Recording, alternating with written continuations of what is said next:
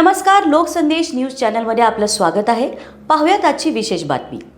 हातकणंगले नगरपंचायत निवडणूक प्रचाराची रणधुमाळी शेवटच्या टप्प्यात असून भारतीय जनता पार्टीचे प्रभाग क्रमांक 14 मधील उमेदवार आज लोकसंदेश न्यूजशी बोलताना आपलं मत व्यक्त केलं. ते म्हणाले, हातकणंगलेमध्ये आजपर्यंत सत्तेत असणाऱ्यांनी की निवडून येणाऱ्यांनी कोणताही विकास केलेला नाही. त्या भकास झालेले या प्रभागात विकास करण्यासाठी मी निवडणूक लढवत असल्याचं त्यांनी आवर्जून सांगितलं आहे. आजपर्यंत केलेल्या विकास कामाचा लेखाजोखा आज लोकसंदेश न्यूजशी बोलताना व्यक्त केला. लोकसंदेश न्यूज प्रतिनिधी योगेश पांडव यांचा रिपोर्ट.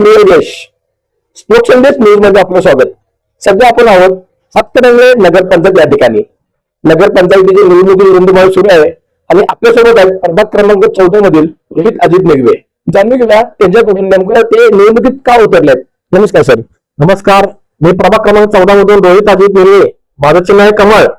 मी भारतीय जनता पार्टीकडून निवडणूक लढवत आहे. मी निवडणूक लढवण्याचं कारण म्हणजे विकासासाठी निवडणूक लढवत आहे. प्रभागामध्ये विकास काही झालेला नाही 5 वर्षामध्ये, त्यासाठी मी इलेक्शनला उभारलेला आहे आणि गावच्या विकासासाठी मी इलेक्शनला उभारलोय. नेमकं तुम्ही काय विकास करणार आहे या प्रभागाचा? या प्रभागामध्ये रस्ते, गटरी, पाण्याचा प्रश्न आहे, हे सोडण्यासाठी इलेक्शनला उभारलोय. सध्या 5 वर्षात काही विकास झाला नाही असं मत आहे. काय सांगाल तुम्ही याबद्दल?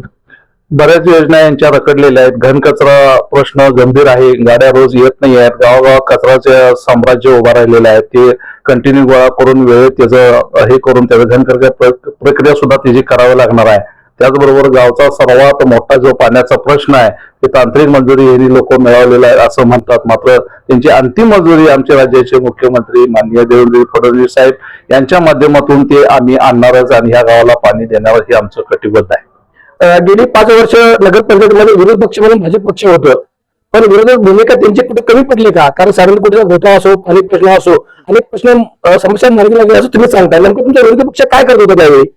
बऱ्याच अंशी आम्ही वेळोवेळी ज्या त्यावेळी सभागृहामध्ये आमचे नेते वेगवेगळ्या प्रश्नावर आवाज उठवला. मात्र सत्ता आपली नसल्यामुळं बऱ्याच ठिकाणी आम्हाला त्याचा ते थोडासा हे झालेला आहे, अडचण निर्माण झालेला आहे. मात्र जनता यावेळी जर आम्हाला सत्ता दिली तर निश्चितपणे आम्ही विकास गावचा साधू हे मी तुम्हाला ह्या प्रसंगी सांगू इच्छितो. असं एखादं कोणतं काम आहे की ते भाजप पक्षानं चांगलं केलं आणि गावाला त्या विकासाचा फायदा झालाय?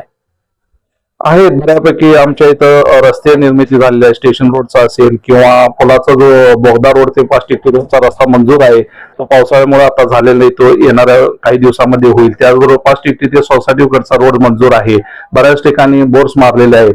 असे बरेच कामं सुद्धा आपण केलेले आहेत. त्याचबरोबर पेटा विभागामधील जे पोलीस हाऊसिंग जे आहे ते आता दुरावस्था झालेलं आहे. त्या आपल्या भाजपच्या माध्यमातून आम्ही गृहमंत्र्यांच्याकडे निवेदन सादर केलेलं आहे. येत्या काळात आम्ही त्याचा पाठपुरावा करू. ते नवीन त्यांना निवासस्थान बांधण्यासाठी आम्ही त्याचा सुद्धा पाठपुरावा करत आहे. सत्ताधाऱ्यांची भूमिका तुम्हाला काय वाटते या 5 वर्षामध्ये? सत्ताधाऱ्यांचं येणारं जे काही कामं आहे त्याच्यावर डोळा ठेवून त्यांनी ह्या इलेक्शनला सामोरे जात आहेत. त्याच्या व्यतिरिक्त त्यांच्याकडे कुठलंही विजन दिसत नाही. फक्त पाणी पाणी एकच त्यांनी जनतेसमोर मांडत आहेत आणि गेली 4 इलेक्शन हे पाण्याच्या प्रश्नावरच त्यांनी करत आहेत. पाण्याच्या व्यतिरिक्त ह्या मूलभूत समस्या आहेत. आपण ह्या गावात अजून ह्या मूलभूत समस्यावरच आहोत. ह्याच्या पुढचं कुठला अजून विजन पाहिजे आहे ते आपण करतच नाही आहे. आणि हे होण्यासाठी पाणी करूनच आपण आणखीन गावाचा विकास करण्यासाठी भाजपला सर्वांनी बहुमत द्यावं असं आम्ही या प्रसंगी सांगतो. नगरपंचायत झाल्या पहिला जर रस्ता केला असेल तर भाजपच्या कार्यकर्त्यांनी केला होता. स्टेशन ते डांगे रस्त्यावर जाण्यापर्यंत आणि महिन्यापूर्वीच पालकमंत्र्यांच्या हस्ते देखील त्या नवीन रस्त्याचं उद्घाटन झालं होतं. म्हणजे एका रस्त्यावर एकाच कालावधी 5 वर्षाच्या कालावधीमध्ये 2 निधी लागला. म्हणजे रस्ता किती वर्ष टिकायला पाहिजे? याला दोषी कोण आहेत? ठेकेदार आहे की नगरपंचायत लोकप्रतिनिधी आहेत? बऱ्याच अंशांचे लोकप्रतिनिधी पण त्यामध्ये एवढं काही वाटत नाही आहे. मात्र ठेकेदारांचा आणि बाकीच्या गोष्टींचं संगनमत असल्यामुळं काही ठिकाणी होत असेल, मी नाही असं म्हणत नाही. मात्र विकास हे होणार हे निश्चित आहे. काही पावसाळ्यामध्ये काही कामं झाली त्याच्यामुळे परत ते रस्त्यांची दुरावस्था झाल्या. मात्र येणाऱ्या काळात चांगल्या पद्धतीचे दर्जेदार विकास आपण घडवू एवढं मी सांगतो. एक उमेदवार म्हणून तुम्ही मतदारांना काय संदेश द्याल? गावचा पाणी प्रश्न सोडण्यासाठी मी प्रयत्न करेन. गावात क्रीडांगण नाही आहे, वाचनालय नाही आहे, स्पर्धा परीक्षेसाठी मुलांना केंद्र नाही आहे, यासाठी मी प्रयत्न करेन. आपण पाहिला प्रभाग क्रमांक 14 मधील रोहित अजित निगवे यांची प्रतिक्रिया. धन्यवाद. अशाच विशेष घडामोडींसाठी आमच्या YouTube चॅनलला सबस्क्राईब करा, फेसबुक पेजला लाईक करा आणि इन्स्टाला फॉलो करा.